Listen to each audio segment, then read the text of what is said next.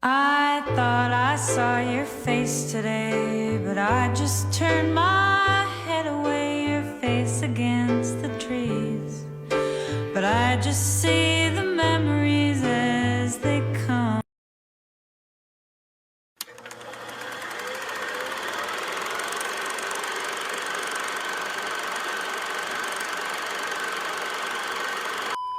In today's rap industry, there's way more toxicity than ever because social media has grown bigger than ever, meaning that there's way more room for hate comments.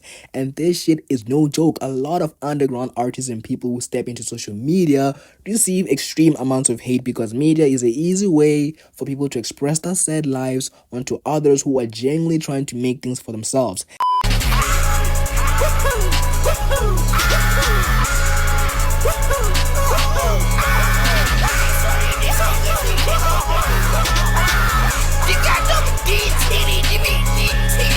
One rapper who I guess did receive some hate in constant comparison is Maxim Margiela, an up-and-coming underground rapper who recently took his life. For what reason we do not know, but what we know is that this rap lifestyle takes a toll on us human beings. I would say you're a part of this new generation of underground with 2024, 25, right? Mm-hmm. How you feel about this generation of music, man? It's cool. I fuck with it. Like, it's a lot of new shit. A lot of people trying out stuff. Yeah. You know what I'm saying? Experimental. I fuck with it. I know y'all get a lot of hate, man. But the Osama Sons and all types of artists is like, cause I know I be seeing a lot of people like hate on you online. Like, how do you take that? You know, the way I see it is like you're not gonna go up without haters. Like you doing something wrong. If people don't hate on it, it's not real. You know what I mean? Yeah. It's always gonna be a hater for something. If there's not, it's not real. You know what I'm saying? Like, if they lying or something. Everybody got a hater. Nothing's perfect. Most definitely. So you don't be really letting the hate get to you. I try not to.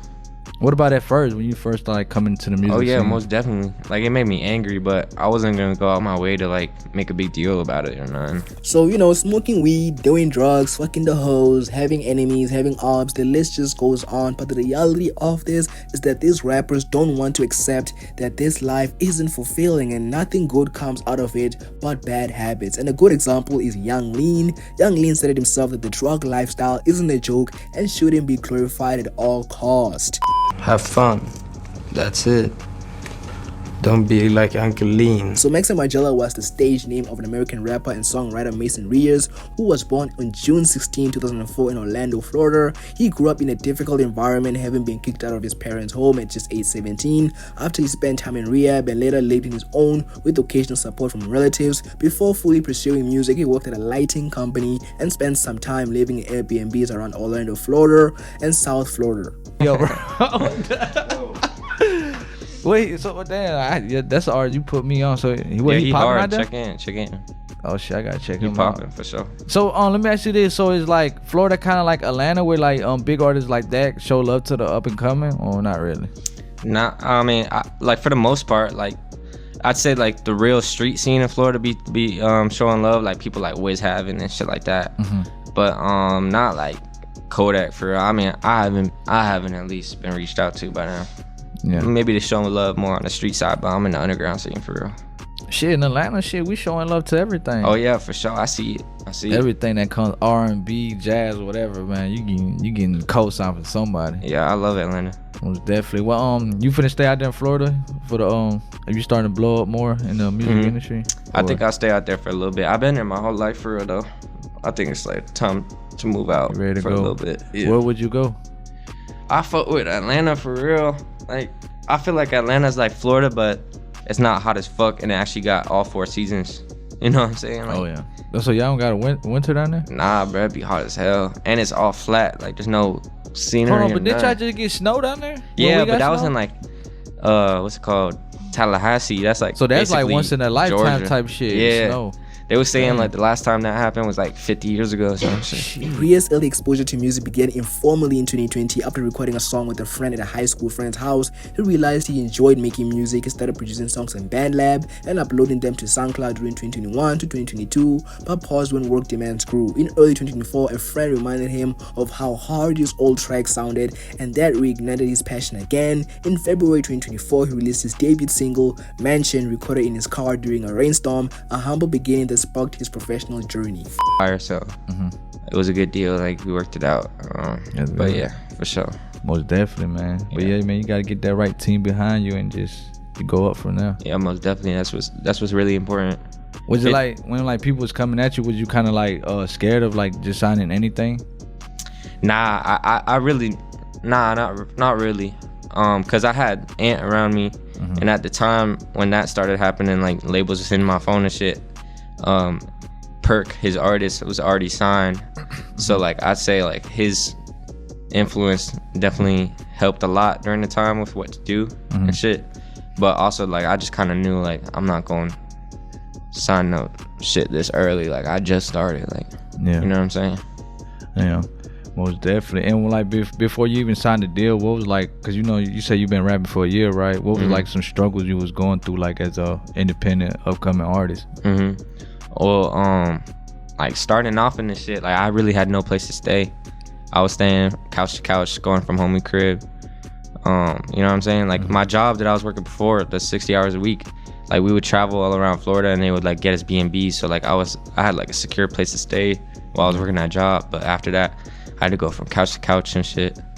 My manager Zay had a place for me to stay, luckily. Yeah. So yeah. Most definitely, man. Just had to take off with that shit. So you been through some shit, man. So as of 2024 went on, Maxon dropped more singles and on November 1st released his debut EP titled #Healthy. Later that month he released what would become his breakout hit, Austin Powers, which quickly gained attention on social media. His style was a blend of hip-hop, trap, loofy, emo, and cloud rap style, which resonated to a lot of younger Gen Z and Gen Alpha listeners. By March 2025, he had signed a record label deal with Columbia Records, cementing his transition from an underground to an artist with major label backing. Hey, let's get it, let's get it. Come on. Come on. Yeah. Maxon. Yeah. Maxim Margiela. These hoes got several. These hoes got several. These hoes keep metal. No telling, keep that In July 2024, he released his debut mixtape, Filthy, which included Austin Powers and other standout tracks like Sexual Fantasies. He continued to work on music and build a growing fan base, achieving significant monthly listeners numbers on streaming platforms. Sadly, on November 16, 2025, Maxim Margiela died at just 21 years old. Authorities confirmed the death, though the official cause has not been publicly confirmed, leading to widespread grief and speculation among fans and peers. This was heartbreaking news and still sad that people will not show support to you when you're alive, but support the hell out of you when you're dead, as if they fucked with you since birth. And it's really sad, and yeah, maybe his death opened doors for new fans, but some people are just acting like they've been fucking with Maxim Margiela. So Maxim had his own lane, but life is crazy and some people just cannot take it anymore. So even though I can say, speak to someone in today's age, people won't even help you even if you cry out for help. So just work on viewing things positively, because there's no such thing as a bad view only. For example, if a tire breaks down, it's either you say, damn, my car is really useless, or say, okay, this just saved me years of buying cars without knowing its quality. So, I can't put it in good phrasing, but you get the gist. Enough yapping. Peace out. So listening to music, people that hear a beat first, or people that focus on the lyrics, which one are you? Normally I'll pick like probably instinct, I guess. Like I go for beat. Like if I'm not feeling beat for the first 3 seconds of the pivot or whatever. But obviously lyrics, like, you know what I mean? But I'd say the first thing is beat, because like that's what catches your attention. That's what the intro is. Beat, Is there anything that you pull from for inspiration? I really like 80% of all I listen to is like me. For real. Really? Yeah, right now. I just like have to hear my songs over and over and over and over. All my unreleased shit, I hear it over and over and over, and I'm like, all right, this one's all right to drop, this one's not. You know what I mean? How much unreleased stuff would you say you have? Right now, a lot, low key. I've been working. Is there an album coming? Yeah, for sure. Yeah? Most definitely. When's that gonna be? Probably summer. Summer, okay. Yeah, a little while, but there's gonna be a I feel like that mysterious shit just kills the image. Like it's only so much of that shit. But I feel like, see, that's the thing. People call it mysterious, but if you go back in the day, music, right? People literally took like 2 to 3 years to actually drop an album. You know, and in the meanwhile, they'll probably drop like a single like every 6 months or some shit like that. You know, and then you know back in the day, I don't know, like I guess this generation different, but back then like. That was a thing, you know, where people actually took their time to craft their album, put that shit together. And I feel like nowadays a lot of people just throw a tape together, be like, "This is my album," you know. And I feel like that sometimes kind of like ruins your brand, your name, because a lot of people go for your numbers nowadays. Yeah. You feel me? Yeah, definitely. Because you know, certain artists they sell like 5K, they be like, "Boy, what the fuck? You went cardboard or so?" You know, they be like, "Oh, he really fell out. He thought he ain't it," and all this type of crazy shit. So. That I always thought, man. Like a lot of them artists for real, like built themselves to where they could do that shit. You know what I mean? Like, like when Playboy Cardi, he don't drop for like 2 years, and then he dropped a Whole Lot of Red. Like Whole Lot of Red, he probably recorded that whole thing just in that month of December, and then dropped it on Christmas. You know what I'm saying? Like the art nowadays is so much different from back then. Cause I feel like okay, like 3 years from now, you big, right? Mainstream. I feel like you deserve an 8-month break to really take your time and craft that album, right?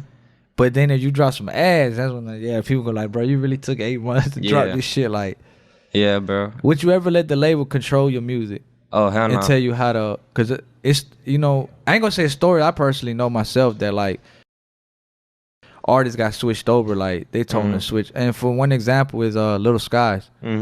That's like one of the reasons he says his downfall, cause the label told him to switch his sound around, you know, and it caused him, I guess, his music career. Would you ever let the label look at you that way, like, nah, like fuck this rap shit, go into pop? Yeah, I don't think so, because that's just like your creative direction. That's the art, like, you know what I mean. That's the whole reason that you doing it. Like, if it's not yo like way of doing it, it's not real. You know what I'm saying?